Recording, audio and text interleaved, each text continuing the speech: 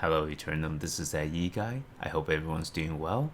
Today, new content just came to New World in the form of Mutator dungeons.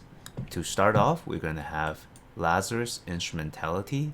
And before you can even do the mutators, it is important to do the base run to unlock it.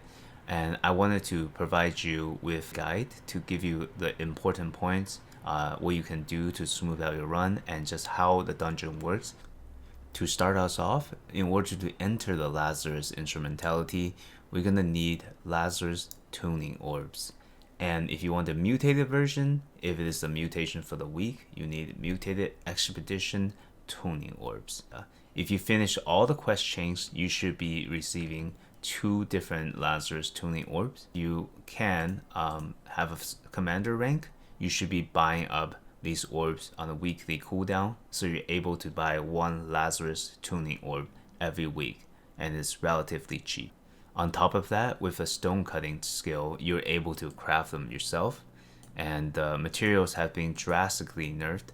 So you need corrupted lodestone, which are now tradable, Asmodean chisel, which is also found in the faction shop, so it's very affordable, runestones, and Lazarus core, which you can craft up here. It is quite easy to make, and I highly encourage everyone to make them. There are multiple ways to maximize your damage, and I'm gonna go over them all. The first one is to know the enemy type. So ideally, what is effective against Ancients, which are the enemy found in Lazarus Instrumentality, is strike damage from Warhammer, void damage from void gauntlets, or lightning damage from conversion gems. What I do personally is to have a main weapon that can pull them together and socket it with lightning damage conversion gem. That will let me get good damage. Also, my main DPS weapon is a warhammer. So what you want is ideally Ancient Bane as a perk on your primary weapon, so that you can do a lot of damage in life. On top of that, you could look into getting infused ancient coatings. That will give you a lot of damage against ancients as well. The first wave of Lazarus is quite easy. We can just go through and burst down without any trouble. The next part is also fairly straightforward. We will go up, and then as you can see, there's a symbol above the door, and there are symbols all over the room plates on the bottom, on the floor itself. So what you're trying to do is step on the corresponding plate, and every time you step on them, the symbol will shuffle the order. So just have someone keep track and step on the correct plate, and the enemies will keep respawning, and then you just try to wipe them at the door if you can. So you only need to have step on one symbol at a time, and every time someone steps on the correct symbol, a new wave spawns. If you have people waiting at the correct door to just AoE them down, it goes fairly fast. Afterward, we simply progress through the expedition and killing these enemies on the way, picking up chests, and once we get to the next part, I will continue the footage. So for this part, only one person has to go talk to Scylla to trigger the next phase. Once you talk to her, enemies will begin to spawn along this platform. So we're already waiting here, ready to go. For the purpose of this, I'm going to use footage from more than a month ago, before we have mastered this run, in order to show the difficult mechanics. So ideally you want to chain CC, but if you fail to, you're going to get hit by massive nukes like you just saw. That hits in the AoE around them, doing a ton of damage. Alcyon will continue to summon minions, and you want to use AoEs to clear them if possible. If not, you want to kill them as soon as possible as well. And yep, it's pretty straightforward after that. After making our way to the next room, we simply purify ourselves on the water, and everyone in your party has to do it. And yeah, once you do that, enemies will spawn, and we simply clear them and make our way back to Scylla. So now for the Scylla fight. She's possibly the only difficult content in this expedition. So she has multiple mechanics. One, she does a lot of damage. As you can see, that she's doing a lot of damage to our tank. And initially, you want to block and up above at her HP, you're gonna see that she has a buff that's continually stacking. The way she works is that once that buff is stacked to 10 or near 10, an orb will pop up in one of these plates on the ground, and it is up to somebody to grab it. And what you want to do is send someone other than the tank in order to grab the orb. Otherwise, it might get messy, as the person who does it will receive a debuff. So other than that, the tank can just focus on attacking, but once this stack up to very high, the tank has to start dodging, because this is a damage buff that just continually ramps up. So what picking up one of the orb does is trigger her into moving to her next phase. So her attack patterns will change. She will attack more sporadically. Her targeting will be messier. So even if you're a DPS who's staying behind her, you'll want to potentially work on evading more and more. So someone has touched the orb and triggered her into going and changing her phase. As you can see, the symbol is now different. As you can see, the symbol is now different. Instead of a closed fist, now there is a mage plate. This is her mage form.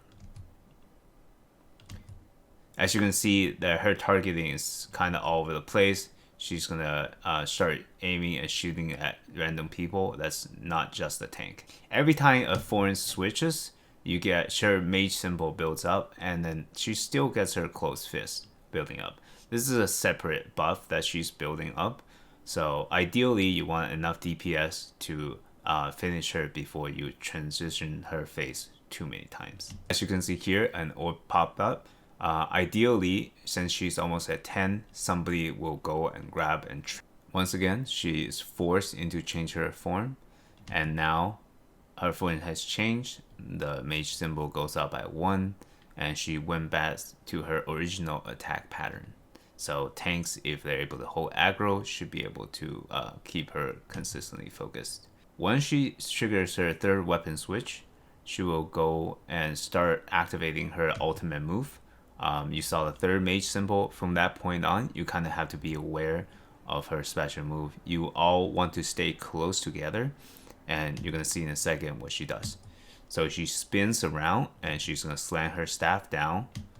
It's a very obvious animation, so you can know when it's coming. And now this AoE is going to overlap, and the way it works is that it appears under each of us. As you can see, my team all collapse around Scylla. What this does is that because it only spawns underneath us, if we wanted to run, we could run all the way to the other side of the arena. You can see that it's very dangerous underneath us, but on the other side, it's all clear. So in this case, we do go and run out, and you see the little glowing orbs scattered all around. This is what she does to kind of trip you up. So if you're in a panic and you're running away, if you get caught and touch one of these glowing balls, it will snare and slow you. So this is the kind of mechanics that beginners usually get caught. And I mean, it just happens to everyone. In the heat of combat, it's very often that people get caught. So just something to watch out for. And ideally, you want to run out of this dangerous zone and come back in once she has already done her move. In this run, I have asked my team to slow down their DPS so that you can kind of see how this mechanic works. So she has slowed down, sent her on her staff, and caused the AoEs to spawn. At this point, everyone, since we clump, there are multiple safe areas.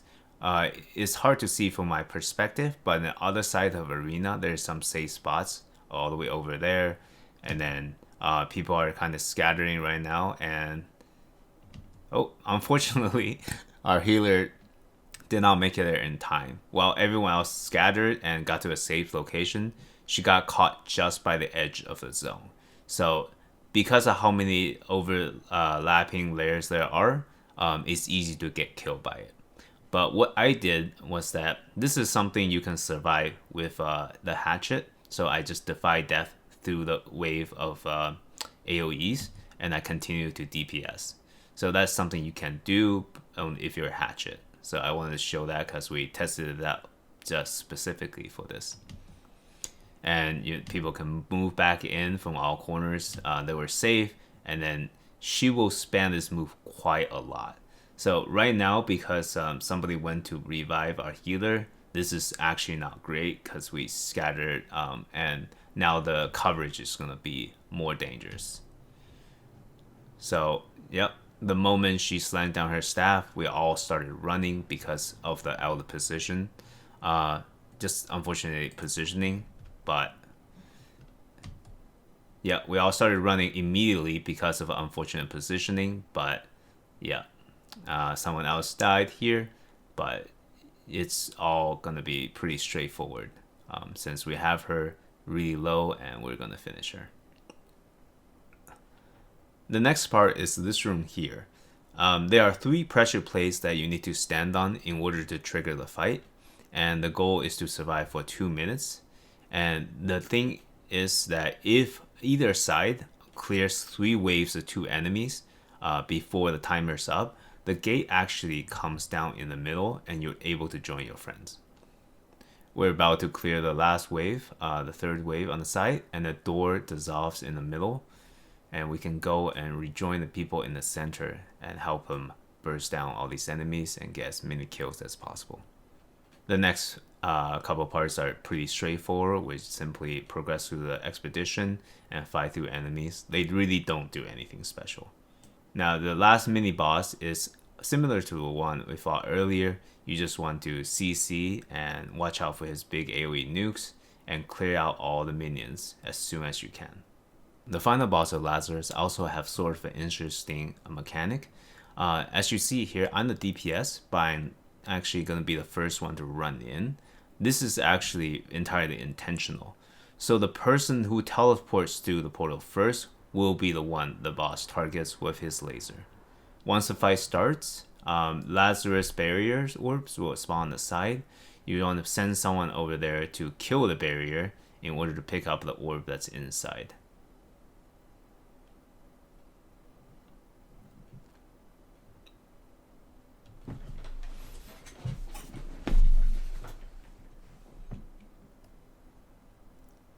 Now with orb in hand, we can go through one of these platforms and trigger it. If you have ranged DPS, you can have them stand near these corners. These are relatively safe areas that either don't get hit at all by his sweeping attacks or just barely gets hit. Healers can be safe here, ranged DPS can DPS here. Do note that this boss actually had no type, so you can use whatever weapon is strongest against him. So what I'm doing now is I'm going to run towards this plate here, and orb will sink down and trigger the platform. It's now going to be used in the next mechanic. Once he is you've been fighting him for a while, he will actually begin launching a laser attack. So the laser target will be whoever ran in first, as I mentioned earlier. In this case, I'm prepared to dodge roll and trigger his mechanic as soon as possible. So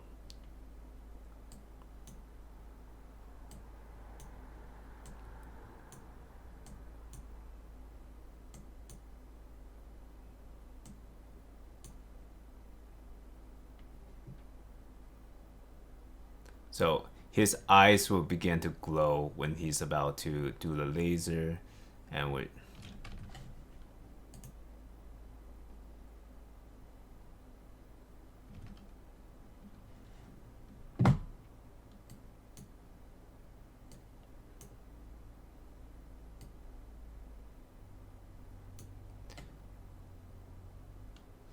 So now we just keep fighting him and prepare for his eyes to glow as right there, and the laser will hit me.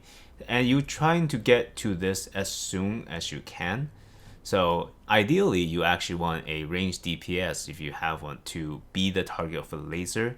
And when you see the eye glow, they could just be prepared and already be standing here. The faster you get to this point of contact, at which case he gets knocked down, the longer he stays down. And when he's down, he takes a massive amount of damage. after he falls to the 66%-ish threshold, he's going to disable the left side of the arena. And when he falls down to around 33%, he's going to disable the right side of the arena. So it is recommended that if you are about to knock him down below 33%, that you kind of just hold off in order to get the next burst phase in. That will actually save you more time in the long run than if you trigger it prematurely. So at this point, I see the laser on me. I slowly back into it. Once again, you want to be as fast as possible, ideally, in your own runs. And it triggers the fall down. And we start bursting. And yep, as you can see, since we knock him below 33%, he's going to disable this right side of the arena. So from this point on, you can ignore the mechanics of the barrier because you cannot get to it.